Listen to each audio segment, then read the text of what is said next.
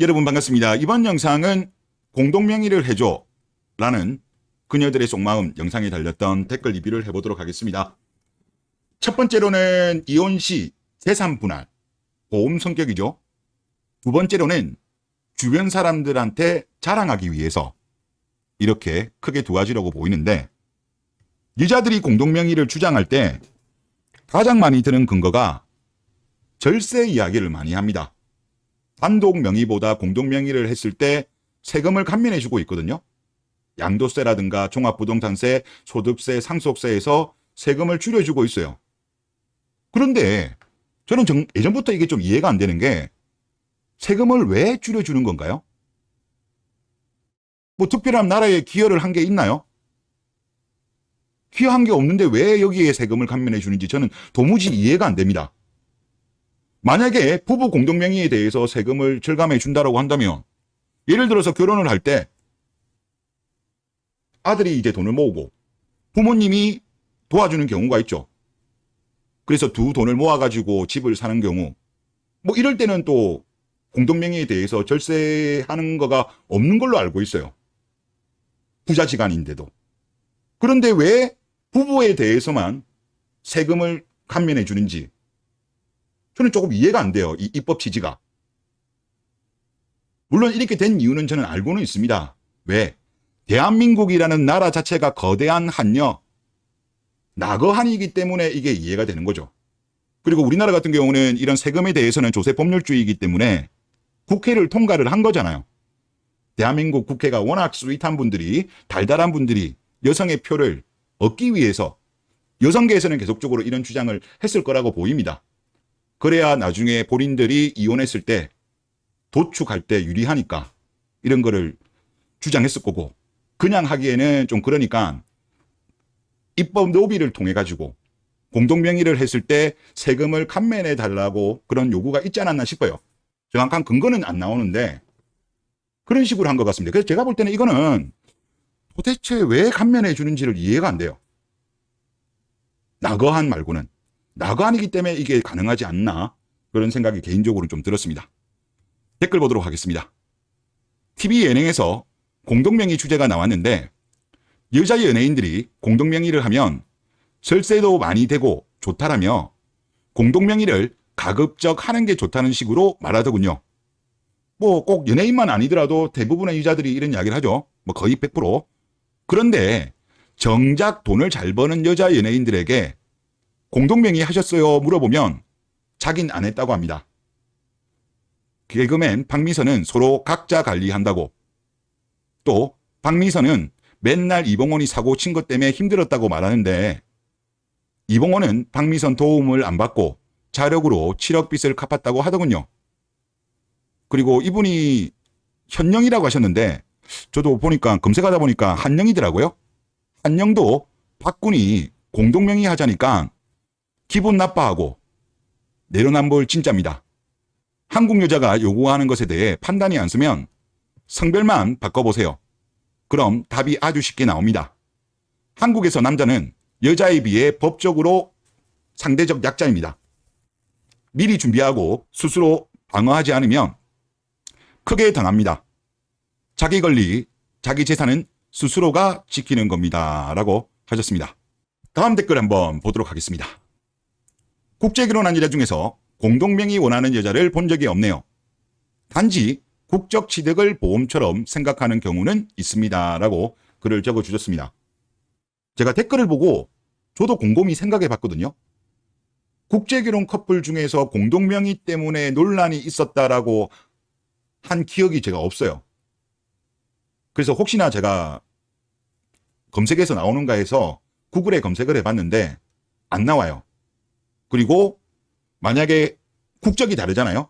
한국 국적의 남자와 외국 국적의 여자가 결혼을 하고 부부 공동명의를 했을 때, 우리나라 자국민들끼리 결혼했을 때는 공동명의를 하면 세금을 줄여주는데, 국제결혼했을 때는 세금을 줄여주는지 여부도 좀 확인했는데 제가 검색이 안 되더라고요. 물론 찾아보면 있을 건데 일단 그냥 구글로 간략하게 검색했을 때는 그런 내용은 안 나오더라고요. 그래서 혹시 이 부분에 대해서 아시는 분이 있으시면 좀 댓글을 달아주시면 좀 감사하겠고, 뭐 그거 아니더라도 제가 볼 때 일단 마인드가 저는 달라서 그런 거 아닌가. 즉 한국 여자들 같은 경우는 결혼을 할 때 사랑보다는 조건을 많이 따지다 보니까 실제 이혼 전문 변호사인 박영진 변호사도 본인의 블로그에 그렇게 글을 올렸더라고요.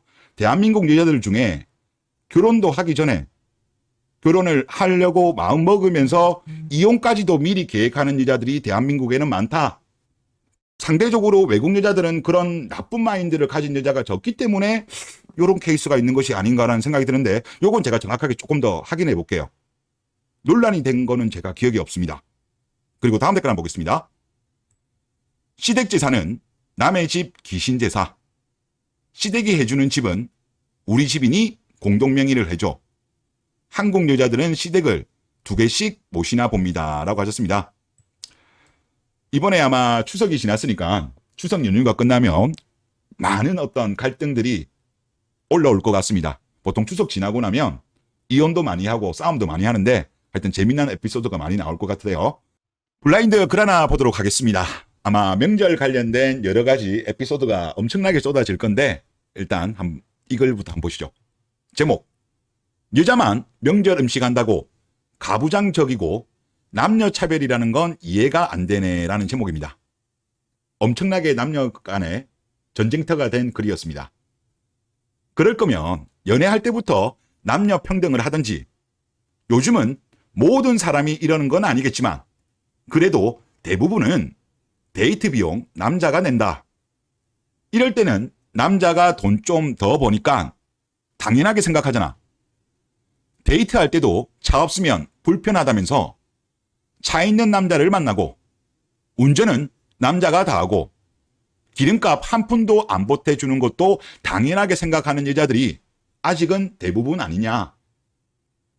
결혼 비용도 여자들은 기껏 많이 해봐야 대부분 5천만 원 정도인데 결혼하기 전까지 무수하게 많은 남녀 역차별은 전혀 불편하게 생각하지 않고 남자가 조금 더 버니까 당연하다면서 스스로를 합리화를 해놓고선 결혼하니까 제사 지낼 때 왜 여자가 음식하냐면서 선택적 남녀 평등을 외치는 건 진짜 양심 없는 것 아닐까?